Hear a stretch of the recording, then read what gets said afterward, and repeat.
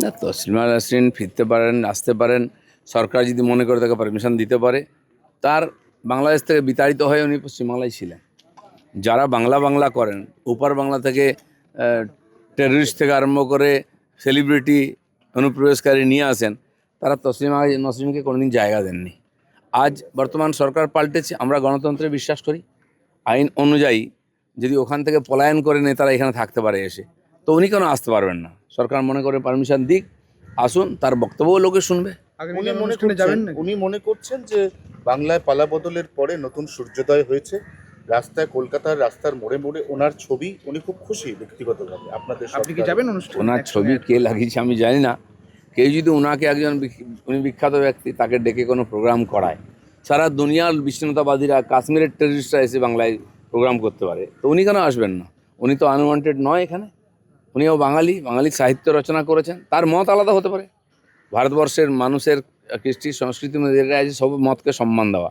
চার বাক্যে আমরা ঋষি বলেছি ভোগবাদীকে। তো উনি আসবেন, ওনার বক্তব্য কেউ শুনবে, কেউ যদি মানবে, কারো বাধ্যবাধকতা নাই। কিন্তু তাকে না আসতে কেউ মানা করতে পারে না। আমি কারো ফ্রেমে আসতে চাই না। উনিও ভূমি সংস্কার দপ্তরের মন্ত্রী ছিলেন মমতা বন্দ্যোপাধ্যায়। সেই সময় এত রাজস্ব টুলু সেটা হচ্ছে দাদা, কিন্তু বিষয় হচ্ছে তখনো পর্যন্ত এডিএম ডিএম এরা কেউ জানতে পারলো না। দেখুন, ভূমি রাজস্ব দপ্তরে সবচেয়ে বেশি দুর্নীতি হয়েছে। আপনি বিএলআরও থেকে আরম্ভ করে যত অফিস আছে যেখানে জমি রেজিস্ট্রি হয়, এক একটা জমি দুবার তিনবার করে রেজিস্ট্রি হয়েছে, সবার কাছ থেকে পয়সা নেওয়া হয়েছে। মমতা ব্যানার্জি কি ভগবানের আরাধনা করছিলেন দেখতে পাননি? টুলু মণ্ডল বা এই ধরনের লোকেরা আজকে নাও আসছে, সরকারি জমি লুট করে সরকারি জায়গায় বাড়ি বানিয়ে, হোটেল বানিয়ে, রিসর্ট বানিয়ে, বাংলো বানিয়ে এরা বসেছিল। কেউ দেখেনি কেন? তো মমতা ব্যানার্জিও বেনিফিশিয়ারি এর থেকে, তার পরিবার বেনিফিশিয়ারি। ডিএম থেকে আরম্ভ করে উনি মাথায় বসে আছেন কেন? আজকে আমরা গিয়ে মাঠে গিয়ে দেখতে পাচ্ছি কি হয়েছে না হয়েছে সমস্যা। উনি কোনোদিন খোঁজ নেননি। অন্য কোনো মন্ত্রীর সই করার অধিকার ছিল না, তার বাড়ি বসে থাকতো, কাটমানি পেয়ে যেত। তার পরিণাম এটা হয়েছে, ওরা পশ্চিমবাংলাটা বিক্রি হয়ে গেছে, দখল হয়ে গেছে আজকে। আব্দুল বারিক বিশ্বাস সম্পর্কে টুলু মণ্ডলের আত্মীয়ের বেহাই একসাথে, আমি তো বেয়াই বলছি না, চোরে চোরে মাসুদ ভাই। এ সমস্ত নেক্সেস যারা করছে, দেখুন একটাকে টানুন, সব ডোর বেরোবে, কোথা থেকে কোথাও সম্পর্ক আছে, শেষ পর্যন্ত কালীঘাটে গিয়ে পৌঁছে যায়, সেখানে কেউ হাত দেয় না। তো এই জন্য এক জায়গায় হাত পড়েছে, এবার ধীরে ধীরে কান টানলে মাথা পর্যন্ত চলে আসবে, অপেক্ষা করুন। তার মানে একটা নেক্সাস, যেটা আপনারা বারবার বলেন বা বলতেন যখন বিরোধী দলে ছিলেন, অনুব্রত মণ্ডল বীরভূম, সেখানে একটা 500 কোটি টাকার স্ক্যাম আছে। এই 500 কোটির মধ্যে এইগুলোই কি সমস্ত টাকা? কারণ সোনা যেগুলো উদ্ধার হয়েছে এগুলো ইন্ডিয়ান মেড নয়, এগুলো সুইজারল্যান্ডের সোনা, এগুলো ভারতে পাচার করে গোপনে আনা হয়েছে। দেখুন, আজ কেষ্টমণ্ডলকে ধরা পড়েছে বা খোলাখুলি করতো বলে সবাই জানতেন, আপনারাও জানতেন। ওইখানকার কোনো মিডিয়ায় কোনোদিন একটা তার বিরুদ্ধে লেখেনি। সেইখানকার মিডিয়ার লোকেরা এখানে সল্টলেকে নিউ টাউনে এসে ফ্ল্যাট কিনেছে, তারা সবার উপকার পেয়েছেন, তার বিরুদ্ধে একটা কোনোদিন লেখেনি কেউ, একটা এফআইআর কেউ করেনি। শুধু কেষ্টমণ্ডল নেই, আজকে ছোটো ছোটো বড় বড় কেষ্টমণ্ডল সমস্ত জেলাতে আছে, তৈরি করা হয়েছে। ওরা হোলসেলার, হ্যান্ডলার, ওখান থেকে টাকা পয়সা তুলে কালীঘাটে পাঠাতো। তো এখন সেই পুলিশরাও জানতো। এখন সরকার পাল্টেছে, তো শুরু হয়েছে ধরপাকড়, এক একটা ইনকোয়ারি হচ্ছে। একদিন সিবিআই পর্যন্ত পৌঁছতে পারেনি, সোর্স পায়নি, এবার এই পুলিশই সমস্ত খুঁড়ে বার করছে। মদন মিত্র বলেছেন, আমি কোনো দিকেই যাব না, আমি এবার শ্মশানের দিকে যাব। কিন্তু তাৎপর্যপূর্ণ মনে হচ্ছে। এত তাড়াতাড়ি বললে আগে শ্মশানের দরজা খুলবে? অনেক আছে ভোগান্তি এখনও।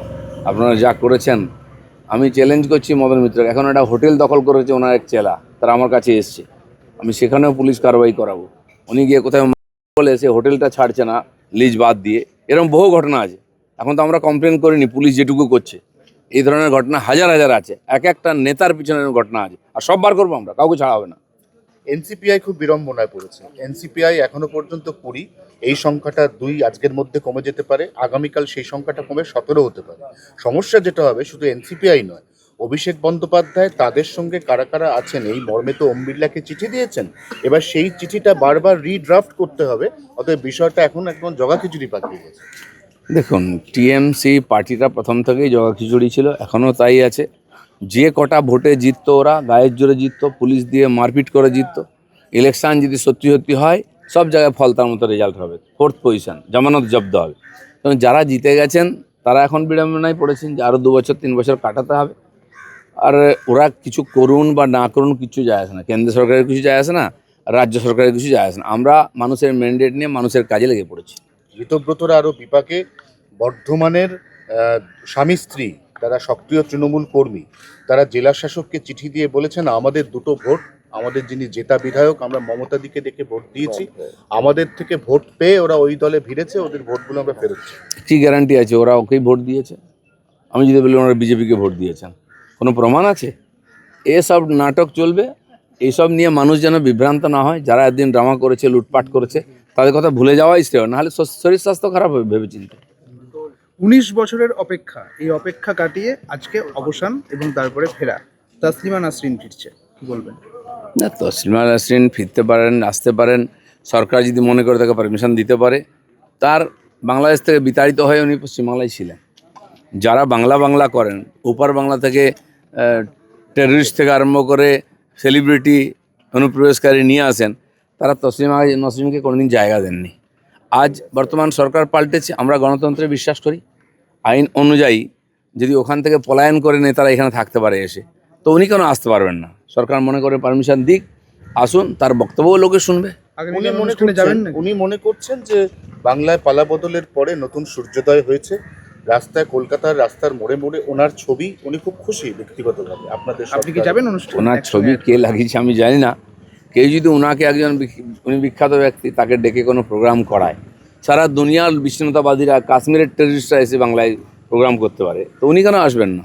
উনি তো আনওয়ান্টেড নয় এখানে। উনিও বাঙালি সাহিত্য রচনা করেছেন, তার মত আলাদা হতে পারে। ভারতবর্ষের মানুষের কৃষ্টি সংস্কৃতির মধ্যে এটা আছে সব মতকে সম্মান দেওয়া। 4 বাক্যে আমরা ঋষি বলেছি ভোগবাদীকে। তো উনি আসবেন, ওনার বক্তব্য কেউ শুনবে, কেউ যদি মানবে, কারো বাধ্যবাধকতা নাই, কিন্তু তাকে না আসতে কেউ মানা করতে পারে না। দাদা 3 তারিখে ব্রাজিলের সঙ্গে ভারত বনাম ব্রাজিলের এবারের বিশ্বকাপের অন্তত 4-5 জন তারকাও সেখানে খেলবেন। প্রথম কথা, আপনি একজন ক্রীড়াপ্রেমী মানুষ, আপনি দেখতে যাবেন কিনা, আর এই বিষয়টাকে আপনি ওভারঅল কি চোখে দেখছেন?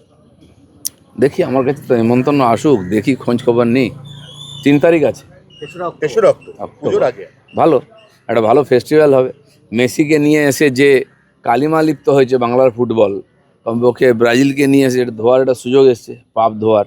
বাঙালি ফুটবল প্রেমী, ফুটবলের প্রেম রয়ে গেছে, ফুটবল আর নাই পশ্চিমবাংলায়। আমি সেদিন খেলা দেখতে গেছিলাম, ডুরান্ড কাপ ডার্বি ম্যাচে মোহনবাগান ইস্টবেঙ্গল বসে খেলছিল, আমরা স্টেডিয়ামে দেখে এটাই প্রথম আলোচনা ছিল, এই দুটো বাঙালি ক্লাব খেলছে, কজন বাঙালি আছে প্লেয়ারের মধ্যে? 2-3 জনের বেশি নাম পাওয়া গেল না। আমি তো ইদানিং অত খোঁজ রাখি না। তো এই হচ্ছে বাঙালির ফুটবল, যেখানে বাঙালিই নাই। আমি আশা করব ব্রাজিল আসুক, আর্জেন্টিনা আসুক, বাংলার ফুটবলের জন্য যেন কিছু হয়। খেলার কথা যখন উঠলোই, হুমায়ুন কবির মোহামেডান স্পোর্টিং ক্লাবের সভাপতি হওয়ার পর 1.5 কোটি টাকার চেক দিয়েছিলেন, ওই চেকটি বাউন্স